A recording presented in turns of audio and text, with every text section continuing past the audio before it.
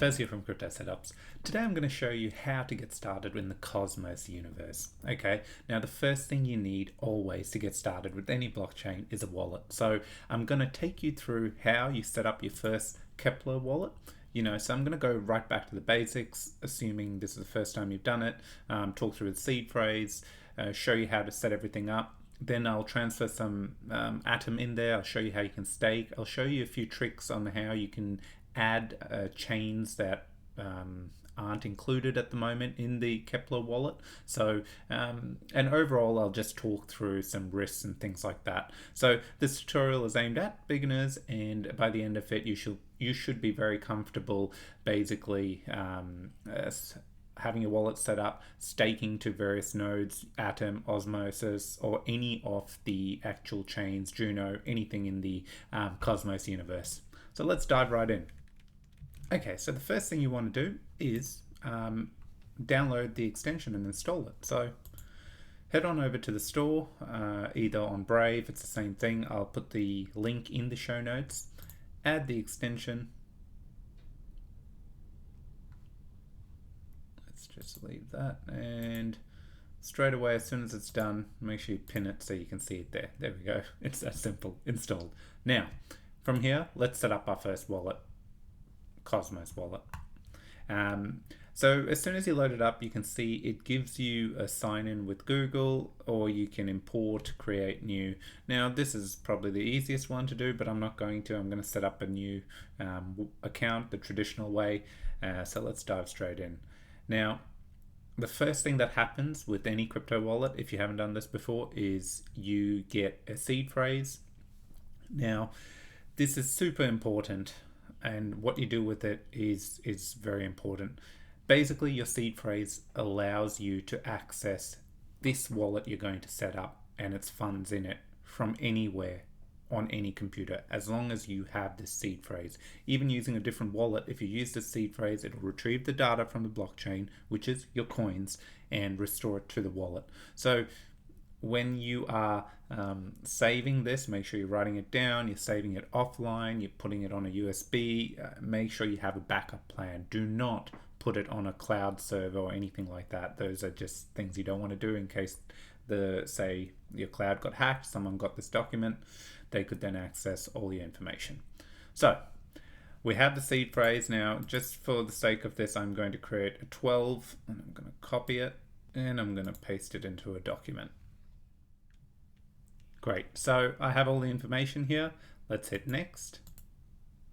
Now, as with anything, it asks you to ensure you have written it down and not just skipped ahead. It wants you to put everything back together in order. So let me just go ahead and do this. Okay, and that's it. Your wallet is set up. So now let's quickly look at the wallet. Okay, some quick navigations. Over here, this is where you actually go to and you can pick the different networks. So I am actually going to show you Osmosis in a bit, because Osmosis is a cool way to add networks that aren't currently in your wallet or on the list there at the moment, as you can see on my screen. So we'll get to that in a moment, but at the moment it defaults to Cosmos, which is Atom. Now, if you want to receive, this is what I will not cover, is you click deposit and either scan the code if you're doing that, or you can just click on here and it copies your address. So in this case, if you bought some Atom on Binance or KuCoin, you would then paste that address and send your Atom to it.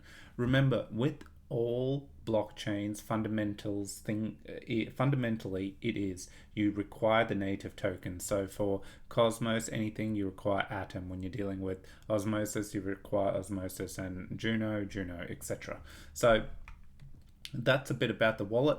Now let's head on down to Osmosis, and I'm going to enter the labs, because what I want to do, just make sure you read that in your own time. Now, what is Osmosis, if you're wondering? Osmosis is a DEX for IBC, where all the different chains go and provide liquidity. What's unique, think Uniswap, things like that, but what's unique about it, Osmosis is on its own chain, and its designed to just be the DEX. The chain is designed solely for that purpose.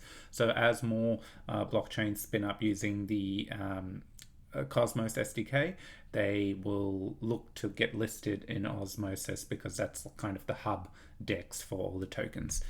But what's cool about it is, and I'll show you this now. For example, if I look at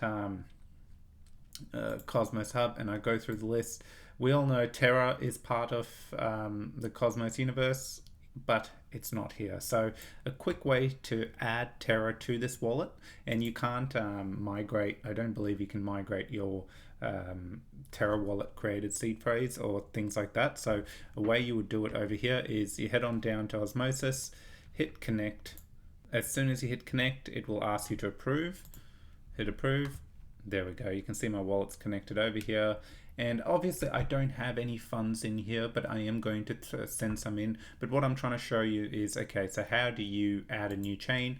So I'll click on Osmosis on the left hand side as navigations. I'll click on assets and you can see, there we go, Terra. So let me hit deposit. As soon as I go to deposit, see, it's prompted me. Do I want to add? Which I do, and get that into the screen. Approve. Approve. Okay, I'm not going to do anything from here. I'm just going to close out of this. But if I head on back to the wallet and now go through the list, you can see Terra. That wasn't there before. So now I could click Terra and it gives me my own Terra address in here. And just like with everything, so one thing to really bring home, these are all different addresses, right? So if I click Osmosis, you can see it's got a different address. Secret Network, it's got a different address. So do not think, like if you have come from another chain where, you know, the tokens, native tokens are the same address. In this case, all these are different addresses. So make sure you know that. Cool. So now you've added a chain. Okay, so some wallet navigation tips and tricks, or just general knowledge. Over here you can have your address book. You could add new addresses in here if you want. Then you have settings where you can go and change your currencies and things like that. I just don't fiddle. And finally, if you want, you can, I've already shown you how to use your address and things like that and change. So that gives you a bit of an overview there. As you can see now, I mysteriously have $12 in what is a different wallet. So it's not the one that you saw the seed phrase for. And what I want to do now is show you how to stake. So as soon as we click the stake button, things are going to change. So let's take a look. So here we are. It opens a new window. So just quickly, I'll show you the navigation of it. You can see on the left hand side it has all your networks, and automatically it's default because we're on Atom. It has the Cosmos. You can see my available balance. You've noticed it's changed from just before because I have actually created, added another wallet that I had enough Atom in so that I can show you the staking process. First thing you would have to do is pick a validator. Now, I'm not going to go into specifics of what validator you should pick, but in general, what the validators are they're teams or people running nodes. They are going to charge a commission. It should be anywhere between 2 to 5 to 100%. So pick accordingly, do a bit of research. Generally, the recommendation is you should pick a validator that has amount bonded, a decent sum bonded, to show they have skin in the game, and 2 is they are, you know, actively helping to aid the network in any way, from building to just community, etc. So that's what I look at anyway. But for the purpose of this video, I'm just going to show you now how you can stake. So let's head on down. I've got a node. I'll pick this one because I can show you a couple of things there.